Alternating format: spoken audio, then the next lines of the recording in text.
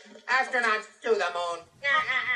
Ignition sequence start. 3, 2, 1. Houston, we have a problem. Liftoff. We have a liftoff. We copy you on the ground. You got a bunch of guys about to turn blue. What you're seeing here is a mirage. What's going on, everyone? It's Jaronism, back with another video for you today.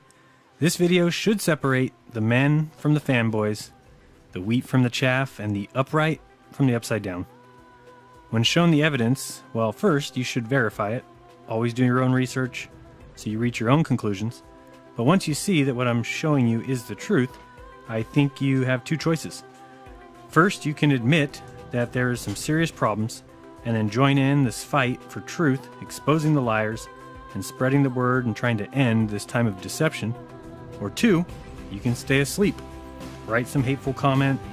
This way you feel better about that lie you're living, continue fighting on behalf of the liars, doing their dirty work, and in the process continue to hold back humanity, while we all continue to be scammed by those whose goal is to deceive and dumb down each and every one of us until not a single rational or thinking human being remains. H.L. Mencken said in December 1919, "The most dangerous man to any government is the man who is able to think things out for himself. Without regard to the prevailing superstitions and taboos, almost inevitably, he comes to the conclusion that the government he lives under is dishonest, insane, and intolerable. And so, if he is a romantic, he tries to change it. And even if he's not romantic, personally, he is very apt to spread discontent among those who are." The globe is in trouble, because once that alarm goes off,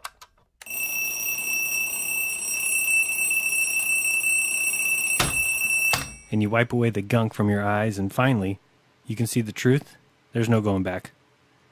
You can't unsee the truth.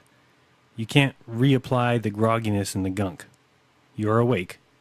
And while you still might have to decide what to wear and what route to take to work, one thing you do know is that you can't go back to sleep.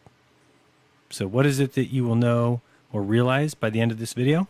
Well, you should realize that Antarctica is not what we've been told. So let's get it on with the evidence. Now think for some pretend second here that we're on a ball in the endless space, spinning on an axis. Such place would have two very interesting locations, a North Pole and a South Pole. The North Pole is pretty well documented, and there may be more to find there, but the place that we're going to discuss today is the southern continent, the South Pole. The Antarctic Treaty prevents countries from laying claim, prevents any kind of military action, and prevents you and I from going and taking a look. Luckily, we can review videos and webcam footage to get an idea of what exactly is going on down there. Now, let's say we are trying to prove the globe or trying to prove it's flat. Should be very, very easy, right? I mean, on a globe, we would have a 24-hour sun in the southern summer. That means that the sun would circle the continent. That's quite different from the flat Earth model where the sun circles the entire Earth from above, and since Antarctica is around the outside, well, that doesn't include a circling sun, at least not around you at the bottom continent. Okay, let me show you what the difference between the two options would be. First, we're here at Neve.com, and the link is in the description if you want to check this out. And for someone at the pole, this is what we should see. I'm in Antarctica. It's December 19th. And we're going to start moving the clock here ahead just hour by hour to see what the sun does, or should do on a globe. We're at midnight here, so we're pumping ahead 2, 3, 4 o'clock. And you'll see the sun just does a 360 around the southern continent, which should be really evident and great proof of the globe. Show a couple video camera feeds or webcam feeds of that sun doing exactly that and shadows making a 360-degree turn. And there's your proof, flat Earth, dead in the water. So here we have another globe perspective. The sun standing still there on the left, and the bottom of the bogus ball would be rotating clockwise, causing the sun to shine 24 hours a day on the South Pole. which is vastly different than if we are looking at a flat Earth. Whereas a flat Earth with the sun making the trek daily around the Earth, somebody who is standing near the South Pole or in Antarctica would always see the sun coming from their northeast and heading off to their northwest. And so they would see something a little bit more like this image, which shows you exactly what I believe we are seeing. On the top there, I put a little view of what it would look like from Antarctica, and you can see the sun starting in the upper right and traveling to the left and heading out towards the northwest. Okay, so we now understand what we should see if the globe were the case. If the sun actually circles the southern continent and the Earth was a globe, then this should be absolutely easy to prove, right? There would be a ton of evidence of this easy to prove fact. Isn't that right? We should have video footage in abundance of the sun circling the continent, causing the shadows to do 360-degree turns around an item. I hope you agree with me. If you're capable of using your mind, and that since video recording has been around, that there is no reason to not have numerous examples of this so-called 24-hour sun. So let's take a look and see what we find. First up, a South Pole video, a 24-hour time-lapse. Oh good, 360-degree shadows. Let's watch. Here it comes. Alright, so here we are at the South Pole. No way of faking this video, huh? But let's watch anyway and see. So we have some flags starting around 9 o'clock, heading towards 6 o'clock, and then they'll be heading up from 6 towards 3. Watch the tracks there in front of these small flags. Just keep an eye on those tracks here in a second and make sure you note where they're at. And we'll see that the front flags are rotating around almost to 3 o'clock now. The back flags look a little bit questionable, if they are even moving in a circle. And so now we're at 3 o'clock, so we're halfway there. We'll be heading towards 12 o'clock, but oops, here comes some bad weather. And what was that? They just took the flags. Alright, so those flags are gone, and you can look at the ones at the top that do look like they're moving, but if you look for the tracks at the bottom, it looks to me like a completely different day. Certainly not proof of a 24-hour circling sun. Not by a long shot. Alright, let's move on. Let's check some webcam footage. Well, here we are, folks. 90 degrees south, Amundsen Scott South Pole Base and Station. And here we have a ceremonial marker erected by everyone's favorite traitors to humanity, the Freemasons. Can we give them a round of applause? Now, settle down, settle down. Come on, they're just like us. Only dirtbags. Alright, so here we go. We're looking at this webcam footage. I'll leave the link in the description. We're looking from February 2012 all the way to April 2014. Started at this one here, and let's watch the shadow as it does its 360, proving the globe. Or maybe not. We can watch the shadows on all these webcam videos, and we can see that never do the shadows complete a 360-degree turn. In fact, never is there a video of an entire day. We could look up here and see at the time that it will go through and 6, 7, 8, 9, 10, 11, 12, 1, 2, then it will skip to 10 for no reason. Remember, these are the webcam videos supposedly for the purpose of showing us the 24-hour sun at the South Pole. And we can see that the sun goes by the horizon there, right to left. But does the sun go behind us? So watch these shadows and you'll see them start, grow, and then skip. Start, grow, and skip. So what they're showing us is proof of absolutely nothing other than the fact that they have edited these webcam videos.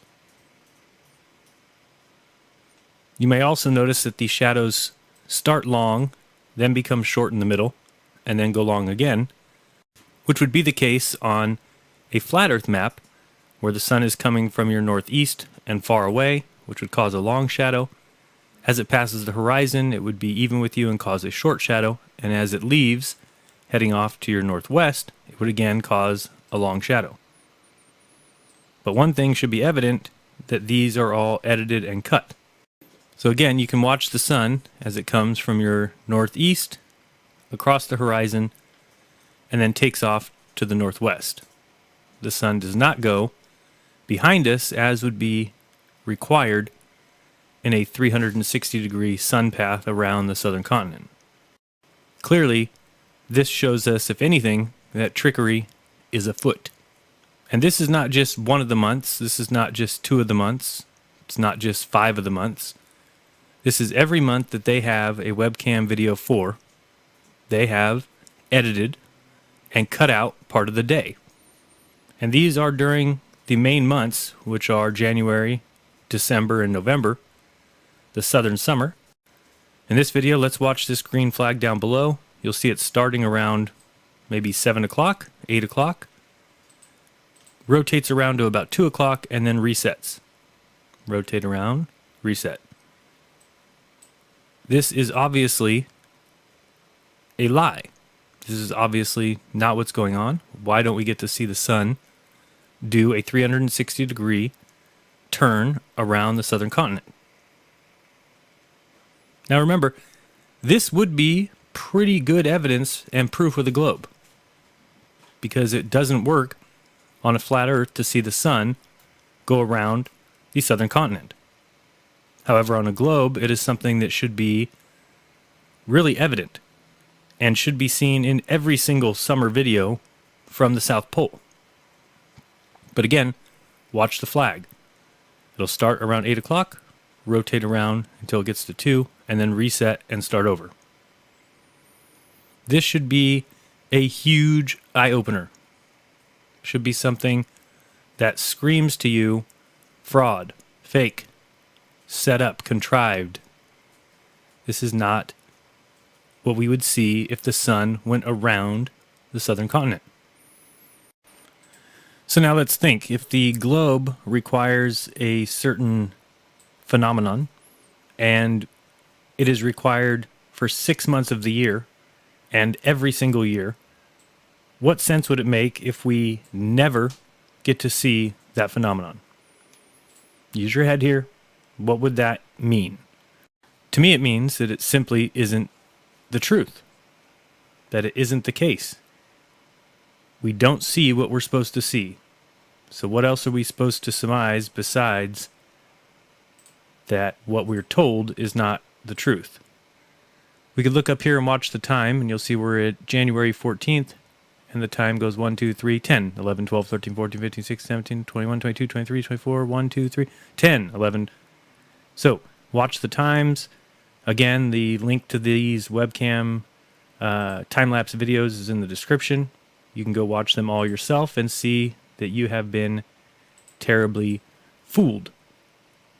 Now, if we watch these shadows here on this purple flag, you'll see what I'm talking about the shadow starting out extremely long, getting extremely small, and then getting extremely long again, which again makes no sense on a globe model, makes all the sense on a flat Earth model, because the sun is coming from your northeast and far away, causing a long shadow. Then it crosses the horizon, causing a short shadow, and then escapes to the northwest, which would again cause another long shadow. So I would love it if somebody, anybody, would tell me what reason could they possibly have for editing these webcam time-lapse videos in such a manner. Why not show us one complete day where the shadow simply does a complete circle? In fact, they should be able to show us probably at the very minimum 2 months straight. That's 60 days or more where the sun does nothing but circle the southern continent. In fact, it's supposed to be more. But at the very least, this is at Amundsen Scott South Pole Station. There should be non-stop continuous shadows circling these flags. But is that what we get? Or do we get cut up and contrived fake webcam footages? Or at least edited? This is just a quick diagram in case you don't quite understand what I'm saying about the shadows changing from long to short to long. If you think of the sun starting in your upper right here, its shadow would cause a long shadow of the stick that you see on the left. And as the sun moves to the left, when it's in the middle there, it would cause a short shadow, which is right in front of us on the bottom. And as it continues off to the northwest, which is on your upper left, that sun would cause a long shadow on the right, on the bottom right, and that's what I'm talking about when I say that the shadows grow from long to short to long.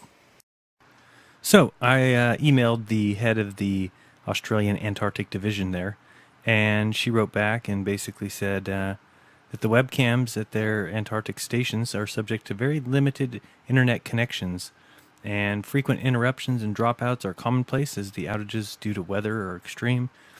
Very slow bandwidth means we are unable to have constant streaming video. The time lapses you see on our site are stitched together from photos generated every 15 minutes, and basically saying that there'd be no way that they could have data from a whole entire day. Just taking a look at Mawson Station's current time lapse, for example, the images are being recorded overnight, and nothing appears to be missing. If you do notice anything absent on any of our webcams, please let us know the specifics so we can investigate any potential faults or even maybe restore images where possible. So I'm like, what the hell are you talking about? Why don't you have complete day's videos? You're cutting them yourself. So I wrote back, and she responded with, "Hi Jaren, I've spoken to our web manager, who was not available earlier. He let me know that some frames are actually missing by design. Because the webcams were set up so long ago, he had forgotten about a script he had written to omit frames that are mostly all black to save on space, bandwidth, and overall quality of the video. Chunks of time with just black screens are a bit of a waste," he said, "that if there is any reasonable light source in the image, then the image would not be omitted, and that the missing frames are based only on the amount of light in the image. Thanks for your email. We will now add this to the FAQ for future webcam visitors." And if you can't tell, this is complete and total horseshit, because what we were just looking at was the summer months when there is no night. It's supposed to be 24 hours of sun going around. Why are those images omitted? So I said, "Jen, I still think you aren't quite understanding what I'm saying. If you have time-lapse webcam footage from the Amundsen Scott base, then why is there no 24-hour sun video? You guys have cut and edited every single video. Why? It makes no sense with your answers below about black screens. Please explain. For example, watch all videos for November, December, January, 2011, 2012, 2013.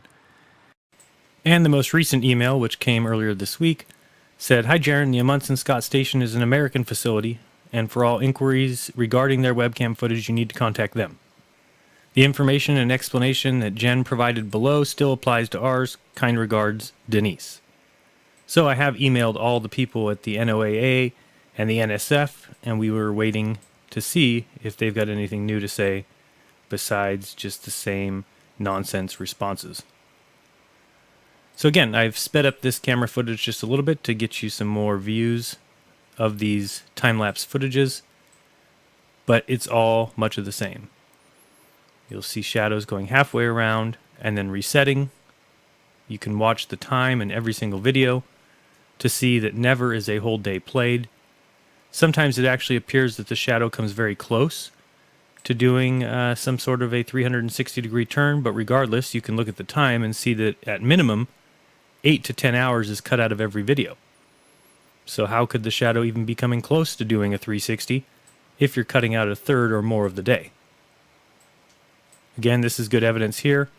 If you watch the purple flag start out very long, then it gets short as it goes in front of you, and then becomes long as it resets and starts over. So as I said, even if you watch that little igloo on the left, it may look really close to a 360-degree turn, but by looking at the time, 10 hours are cut out of that day. That just tells me that these have been edited. So, these are not accurate portrayals of reality. Again, the biggest and most obvious point here is that if it was a globe that we live on, then what they are trying to show us would be 1, easy, 2, occur daily, and 3, plainly evident. And it is none of those. It looks like they're trying to cut it up. It looks like they're trying to portray something that isn't actually happening. And it looks like they're trying to fool us. Let's pay attention to something here. Watch this shadow as it rotates towards the upper left of the screen, and notice that the shadow in this video coincides with the sun, not the opposite as would be required by, physics and optics. The shadow should be opposite of the sun, not rotating in tandem with it. Again, more evidence of extreme trickery, extreme editing. They're simply trying to sell us something that isn't reality. So, how much more will it take for these globe believers to stop in their tracks and just think, you know what? This is strange. And to stop making excuses for liars who have been deceiving humanity for hundreds of years. Because we've still got the same people, and you know who I'm talking about, who will watch this footage after that webcam, and will still believe in NASA and in science and believe that we would never be lied to, all because they're afraid of the implications. Well, it's time to face facts, and the facts say that we're being lied to. So, you can keep making excuses. You can keep just calling me names, put your hateful comment in the comment section. You can keep thinking that there's no way we could have been lied to. You can keep thinking that people have known that we live on a globe for thousands of years. You can keep bowing to those who deceive the world, and you can keep fighting on behalf of your handlers who are laughing at us all for two reasons. One, because they have fooled the world, and two, because you argue on their behalf. That is pretty funny, to have convinced people of a lie so strongly that you have the people who are lied to defending those liars and arguing on their behalf. It's time we wake up and see what's right in front of our face, and that's evident and evidence of something other than the globe we were all taught. If it's a globe, then someone show me the 6 months of video footage of the shadows doing a 360-degree turn at the South Pole Station. Should be easy, should be in abundance, should be evident, and should be all over the place. Yet we find none. And yet you will still sit there and argue on these clowns' behalf. So show me the evidence of this 24-hour sun. Show me the time-lapse videos that should be in abundance yet can't be found anywhere. Now, you may find a video out there somewhere that shows one day of the sun doing something like a 360-degree turn, but where are they in abundance? Here's a video someone sent me. I don't want to use it for copyright reasons, so I have a link in the description below, and I'll point out 3 things for you to watch when watching this video. I'm sure you've actually seen this video before, the one with the watch in the lower left-hand corner. But take a look first at the shadows, or the lack thereof, of these mountains. Then look at the shadows of these poles or sticks off in the distance. And lastly, look at the shadow of this huge mountain. And finally, watch the sun rays that come from this sun and tell me this is reality. Now, someone is clearly playing stupid here, folks. We're told and taught as youngsters that Antarctica is a continent on the globe bottom, and we've just looked at tons of time-lapse footage, and in every single video, someone has cut out and removed the one damn thing anyone would want to see. Can anyone explain this? Can anyone explain this lack of evidence? Does it make any sense at all? Any at all? Does it? No, the sphere with a South Pole makes no sense, does it? No, a plane doesn't dip for the curvature, does it? No, it's concrete. The globe model has no truth, does it? No, so anyway, anyone got any good ideas of what to do with this globe model? Get him a body bag! Yeah! All right. I totally agree. Get him a body bag. It's over. He's done. He's got nothing left. You stay focused. Whoa. Miyagi's right. Gotta stay focused. I mean, sure, the globe is having issues, but so many people think of it as fact, simply because someone told them.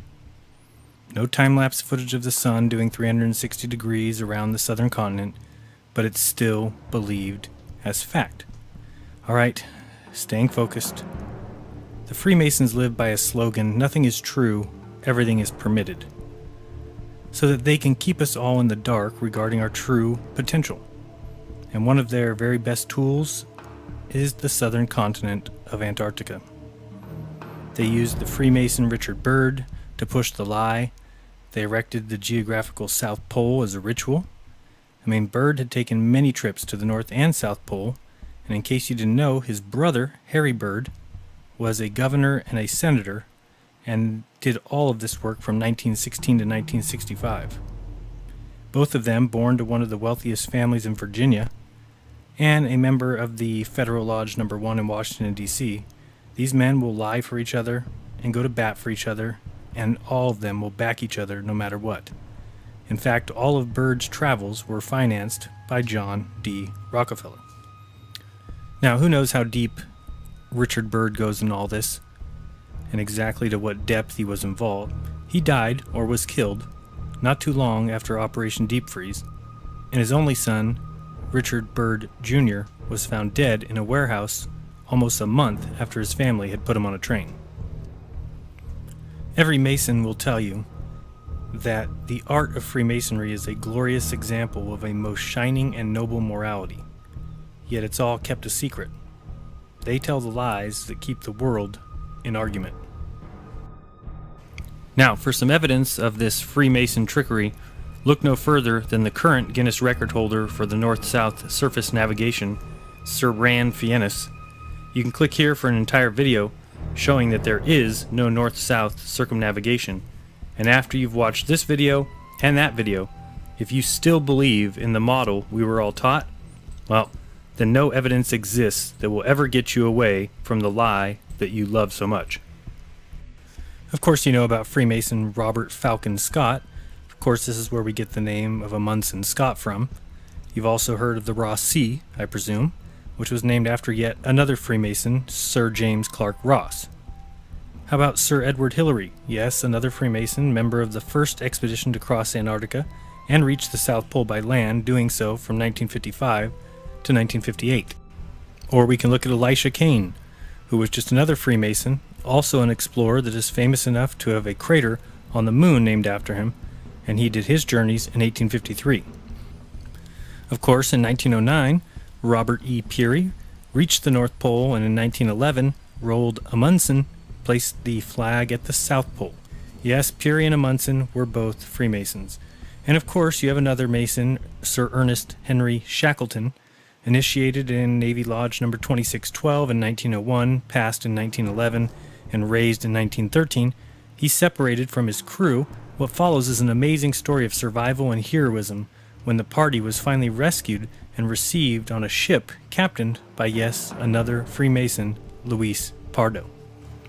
The list goes on, full of these Freemason tricks, these Freemason lies. And it doesn't just end at the North and South Pole. You see, our history is littered with Freemasons and their lies. In all walks of life, in all areas of study. Of course, you should recognize that Charles Darwin was, of course, a Freemason. Imagine that one. What about Charles Lindbergh, right? First to fly across the Atlantic Ocean? Perhaps. How about the reason kidnapping is a federal crime? Well, this is his doing, and the reason it's now headed by the FBI. All of that as a result of the Lindbergh case. Yes, in one of the earliest hoaxes or false flags, do some research on Charles Lindbergh and his child being kidnapped. You'll see for yourself what kind of government ran this country in 1927. And maybe he was the first to cross the Atlantic solo. I can't say that he wasn't.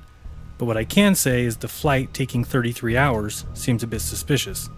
And as the media reported, I'm very sure that during the flight across the ocean, through snow and sleet, he slept. You heard me. First solo flight from New York to London, the man slept. The feat had already been attempted 6 times, and all 6 men never made it. They all died. Yet Charles Lindbergh, the Freemason, he did it, while dodging storm clouds at 10,000 feet and dodging waves as low as 10 feet. He also found time to sleep. Not a worry. Yeah, those Masons are amazing indeed. It's like the Mason who went to the moon. And on his first step off the LEM, he pissed on the moon. And when he was ready to leave, the first time ever that it would be attempted, he said, "Roger, Houston, we're number 1 on the runway." Circuit breakers. So all in all, the deception here is becoming clear. Why would there be no footage of a 24-hour sun? Where's the proof? Where's the proof that we live on a ball? Go look at images from 70 degrees north versus 70 degrees south.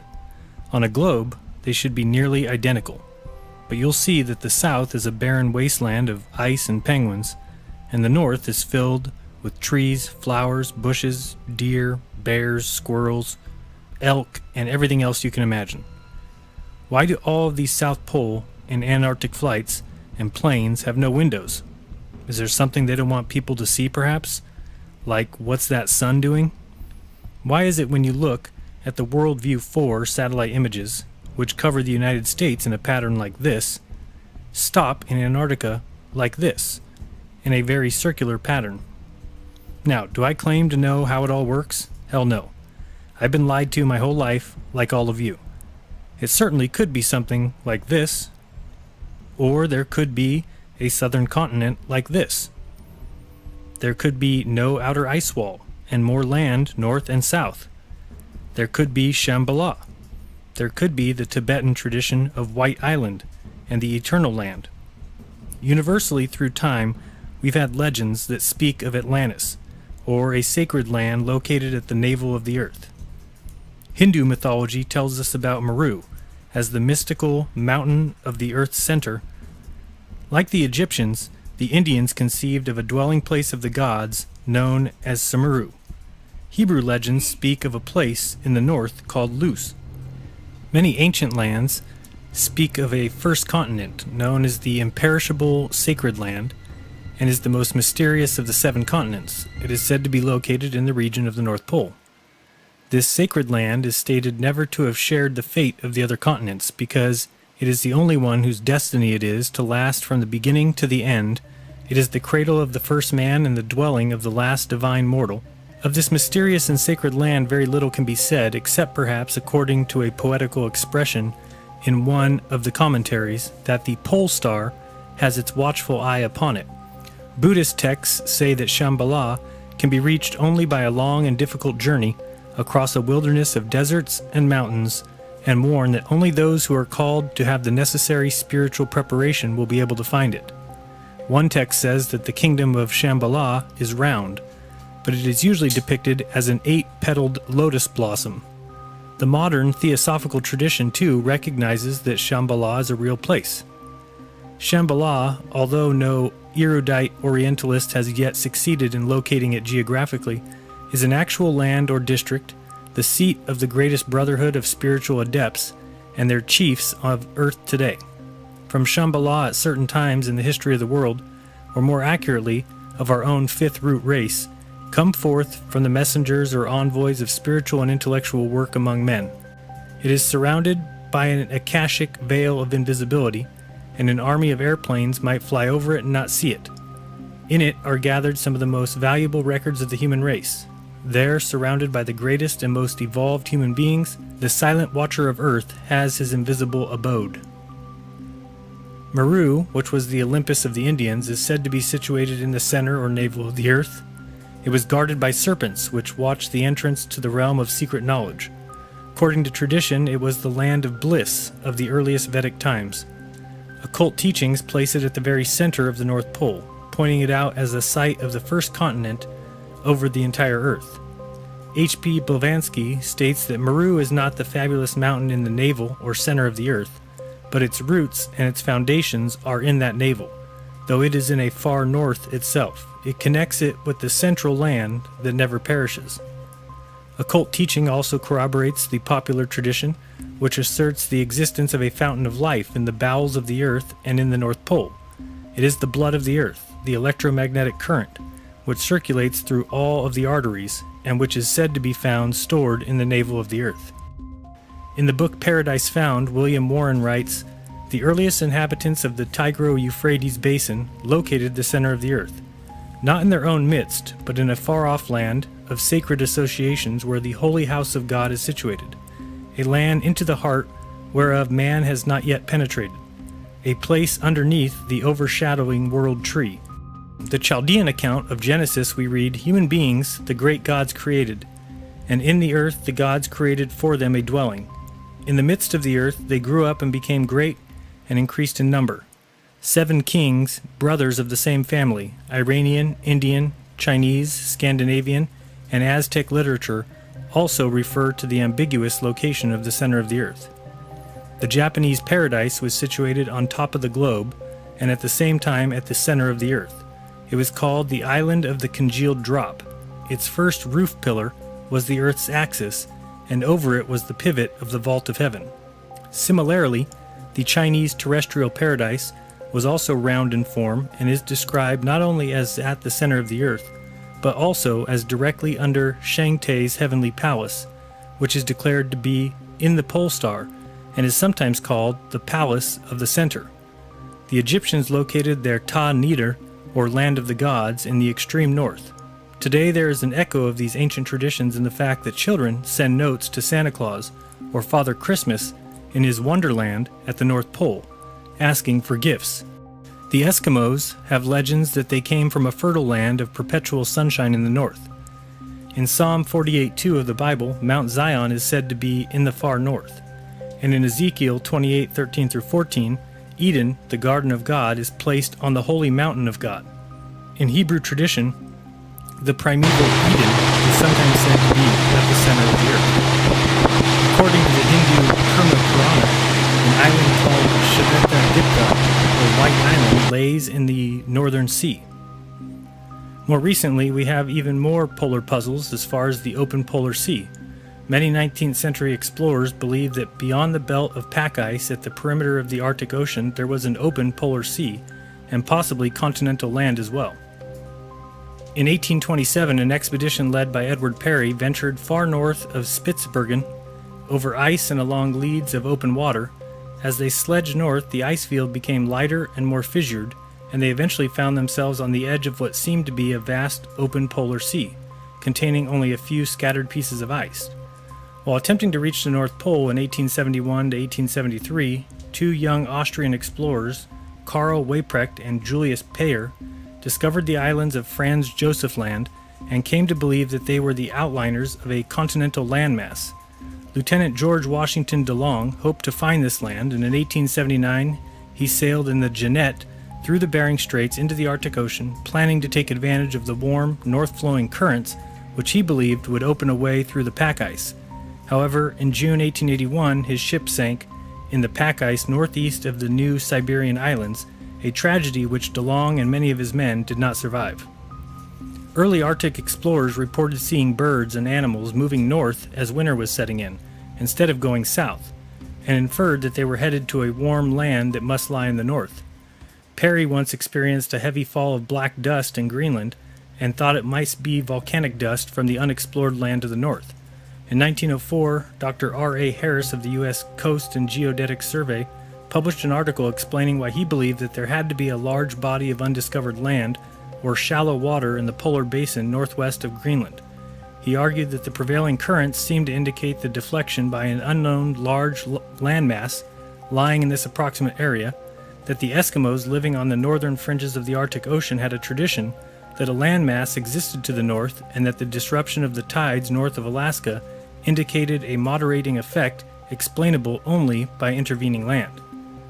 Various Arctic explorers actually reported seeing land in the distance, though it should be noted that visibility can be poor and mirages are very common in this area.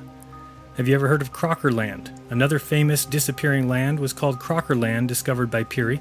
He saw it on the 24th of June 1906 from atop a 2,000-foot mountain situated behind Cape Colgate in northern Greenland. Peary says that through his binoculars he was able to make out, apparently a little more distinctly, the snow-clad summits of a distant land in the northwest above the ice horizon. Peary estimated that Crocker Land lay 120 miles from the northern coast of Axel Heiberg Island. How about Bradley Land? Frederick A. Cook stated that on his journey to the North Pole in 1908, he looked for Crocker Land but did not find it at the location given by Peary. However, he said he seen a mountainous, ice-clad land slightly further from the shore, which he named Bradley Land. He saw it to the west of his line of march, north across the pack, on the 30th of March 1908, and again 31st of March. Prior to his attempt at the pole, Cook expressed the common belief that land would be found north of the Arctic Ocean. Jan Leprecht takes quite a different view on Cook and Peary and the controversy surrounding them. Leprecht speculates that the land had been magnified horizontally. Nevertheless, for the mirage to extend over a third or more of the horizon, without any noticeable degradation in brightness, the land itself would still have to be enormous. Lamprecht believes that Cook's photo of Bradley Land may also be a telescopic mirage, probably of the easternmost extension of Crocker Land, which he thinks is located on the Earth's outer surface, but is being covered up because it lies too close to the polar hole. He thinks that Keenan Land also could be a telescopic mirage of the same gigantic polar continent, seen at a distance of over 900 miles. Lamprecht also believes the polar land and hole might have been discovered in 1926, when Amundsen, Ellsworth, and Nobile made their transpolar flight from Spitsbergen to Alaska, but instead of publicizing their discoveries, they supposedly went straight to the military and were sworn to secrecy. If there is any land or polar opening in the region of the North Pole, they would surely interfere with the drift of pack ice. In this regard, Wally Herbert makes an interesting observation about his experience on the Trans-Arctic expedition. We began to feel that there was some obstruction along the imaginary line, which describes a circle around the pole at a radius of 260 miles. A hump, perhaps, over which the ice drifting north cannot pass. Nansen had faced a similar problem during his epic drift in the Fram. After the first 18 months, it had become evident that the 13-man crew of the Fram were unlikely to come any closer to the pole than 300 miles unless they left the warmth and safety of the ship and set out on foot. Although it is often said that the Arctic Ocean and seafloor have been thoroughly explored, it should be borne in mind that this ocean is 1.5 times the size of the United States of America, so the possibility of a small opening or island with a tunnel having gone undiscovered cannot be absolutely ruled out. And as far as the possibility of a cover-up is concerned, well, it's worth noting that according to some mystical and esoteric traditions, certain sacred areas of the earth are protected and concealed by the exercise of occult powers. Many people have asked about the 24-hour sun in the south. And while we know that there is no 24-hour sun, we don't know that there's no 24-hour light. If you take a look at a couple of these images, you'll see that if we put anything past these guys, that would be a mistake. The ability to easily reflect or deflect the sunlight, or could it simply be an atmospheric effect? So do I know the answer? Nope. We need everybody doing the research. So the point is, we've been lied to. And step one should be pointing out the lies and exposing the liars. Then we will have people everywhere searching for the truth. So is there an ice wall? Where does it expand to? Is there more land south like the Iron Republic? Or is there a paradise north like the Garden of Eden? The answers are there for us to find once we realize that we live in a lie constructed by Freemasons, Jesuits, Jews, and the priest class. And now, add to the mix scientists, astronomers, physicists, and more. Not because they are hiding it purposely, but because they are too proud and too blind to look into what we're saying. You don't live on a ball flying magically through space. Be kind. Don't lie. Open your mind. There's truth inside. This has been Jeranism. Like this video. Share this video. Till next time. Peace.